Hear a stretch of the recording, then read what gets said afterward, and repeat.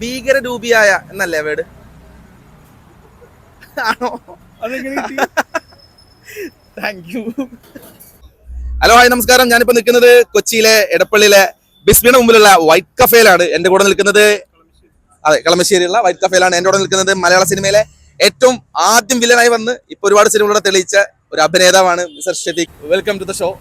ഞാൻ വിനോദ് വേണുഗോപാൽ, ഒരു upcoming mentalist ആണ്, പൂർണ്ണമായിട്ടും ആയിട്ടില്ല. സോ ഞാൻ സാറിനെ വെച്ചിട്ട് ഒരു ചെറിയ ഷോ ചെയ്യാൻ പോവാണ്. ഇപ്പോൾ പൃഥ്വി സാറൊക്കെ അഭിനയിച്ച ആട് ജീവിതം എന്ന് പറഞ്ഞ ബുക്ക്, ബെന്യാമിന്റെ ബുക്ക് എൻ്റെ കയ്യിലിരിക്കുന്നത്.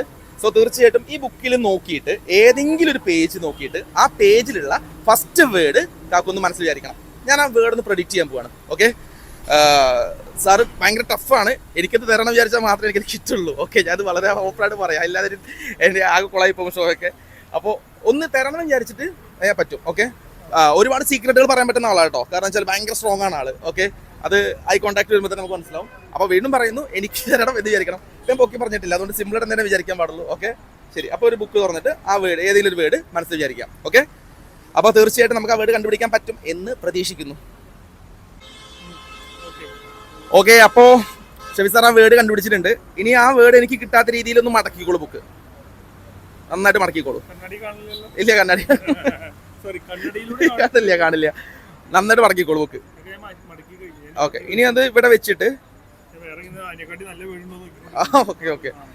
സോ ഇതിനകത്ത് ബുക്കിന്റെ വേർഡ് ഉണ്ട്. ഇനി ആ കൈ ഒന്ന് തരാമോ? ഓക്കെ, സിനിമയിൽ കാണുന്ന പോലത്തെ നല്ല സ്ട്രോങ്.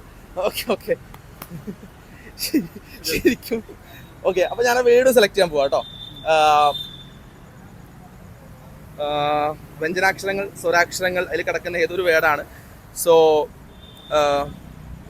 ഭീകരരൂപിയായ എന്നല്ലേ വേർഡ് ആണോ? Thank you.